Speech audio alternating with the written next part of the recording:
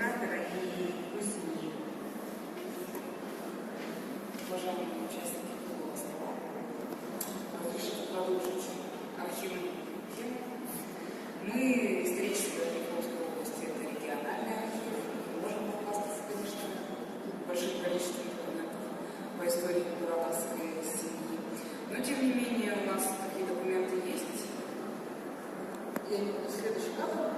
Ну вот, кто не был у нас в архиве, это наше основное здание, где основное хранилище, в том числе дореволюционных фондов, в которых содержится. Естественно, как в любом архиве, копии указов, присланные на места у нас есть разного времени, хранятся в фондах местной власти, государственного хозяйственного управления, Сибирского казачьего областного. Дальше. Ну и остановлюсь немножко важным комплексом являются документы, освещающие визиты в наш город членов императорской семьи. Это и переписка о поездке великого князя Владимира Александровича в 1868 году. Это и описание путешествия цесаревича Николая Александровича в 1891 году. И соседний планшет – это посещение великого князя Константина Константиновича, который в 900 году он был в нашем городе, и в 910. Он по должности своей курировал военные учебные заведения, в том числе и список кадетских корпусов. Но остановлюсь немного, безусловно, на визите будущего императора Николая II в 1991 году. Следующий кадр. У нас в силу ряда причин местным историкам известным именно этого периода вообще документы сохранились не очень хорошо и не очень полно. О визите будущего императора Николая II документы можно найти. Тоже это весьма скромный комплекс, и разбросаны они по разным фондам, в основном в учебных заведениях. Это Омская мужская гимназия, механическое училище, кадетский корпус.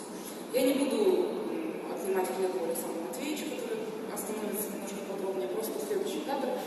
Покажу лишь несколько примеров подобных документов. Это вот чествование, официальная программа, предварительная, составленная встреча на Омской земле цесаревича. Следующий кадр. Приказание степного генерал-губернатора Таурова по случаю пребывания императорского высочества. Следующий. И здесь там подробно расписаны о параде, обо всем. И речь законоучителя Сибирского кадетского корпуса священника Гавриила Гусева, сказанная императорскому высочеству, когда он посещал лагеря Сибирского кадетского корпуса и князя Владимирскую церковь. А слева это подарок принесенный. И, в общем, остальное расскажет Александр Матвеевич. Исследовательский интерес вызывает целый комплекс документов, посвященных празднованию 300-летия дома Романовых. Юбилейную дату отмечали в феврале 1913 года во всех уголках Российской империи. Празднование рассматривалось правительством как важнейшее идеологическое и политическое событие, направленное на поднятие авторитета самодержавия. Местные власти наши, готовясь отметить 300-летие царствовавшей тогда династии, руководствовались положением Совета министров от 9 апреля 1910 года, в котором шла речь не только о церемониале празднества, но и о совместных действиях светских органов и духовенства, организации служб, молебствий, крестных ходов, народных гуляний и так далее. По всем церквям города Омска был произведен целодневный закон. Светскими властями в кинотеатре «Прогресс» бесплатно по заранее выданным билетам были совершены показы исторического фильма «Избрание на царство» Михаила Федоровича Романова, одного из серий живых картин, специально созданных к 300-летию. Тогда же к 300-летию была учреждена бронзовая медаль в память 300-летия. Также стоит отметить, что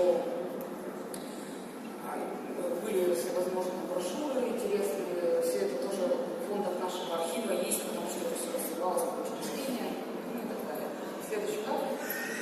Это вот тоже из этой серии еще. И наша любимая экспонатная в архиве находится, кстати, школьники, студенты, очень красочные вот эти архивы, открытки, хранящиеся в фонде войскового хозяйственного управления Сибирского казачьего войска. Это воинская присяга. Данные эти открытки были как раз тоже к 300-летию изданы. И, безусловно, историческое значение 300-летия велико, разнообразные программы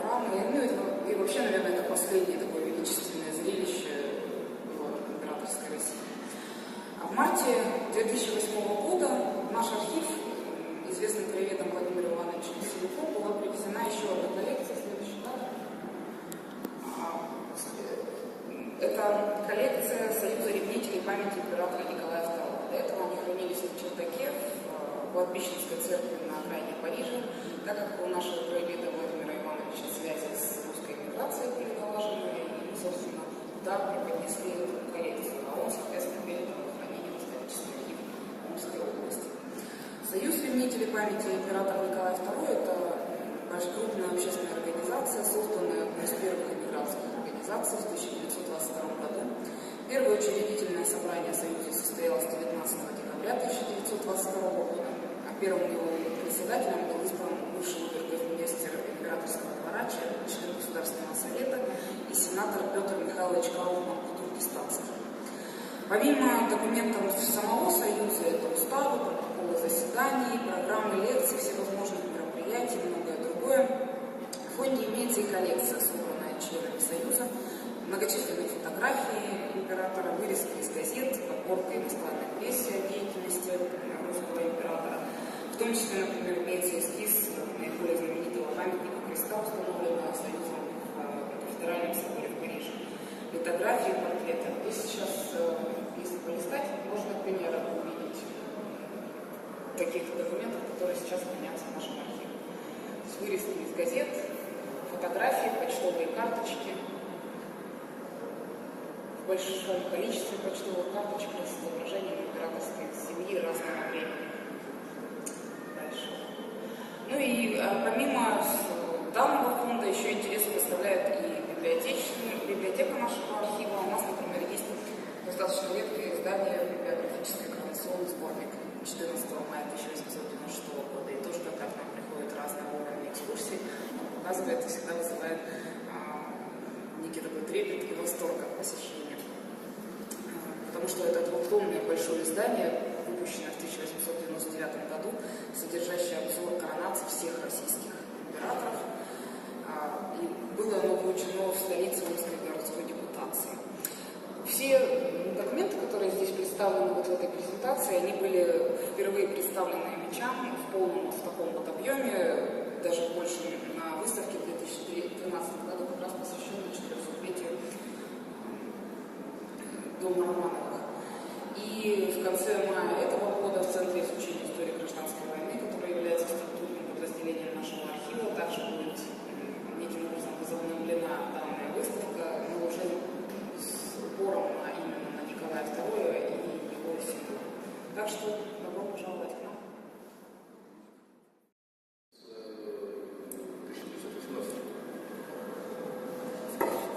В 2018 году, когда привезли сюда, в Люберцы, то есть никаких там ревкома, никаких... Вот мы честно искали с Александром Матвеевичем и со многими другими краеведами, никаких упоминаний пока мы не нашли, хотя искали.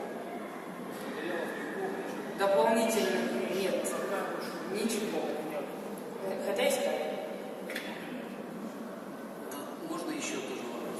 Скажите, а документы по убийству царской семьи вследствие Соколова какие хранятся в Государственном архиве? Есть такие? Нет.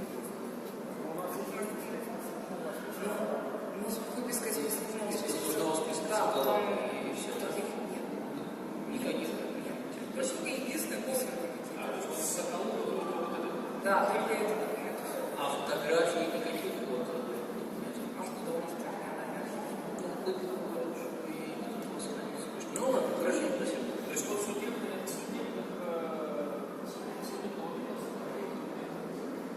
Ну, это же архивы гражданской войны известно, что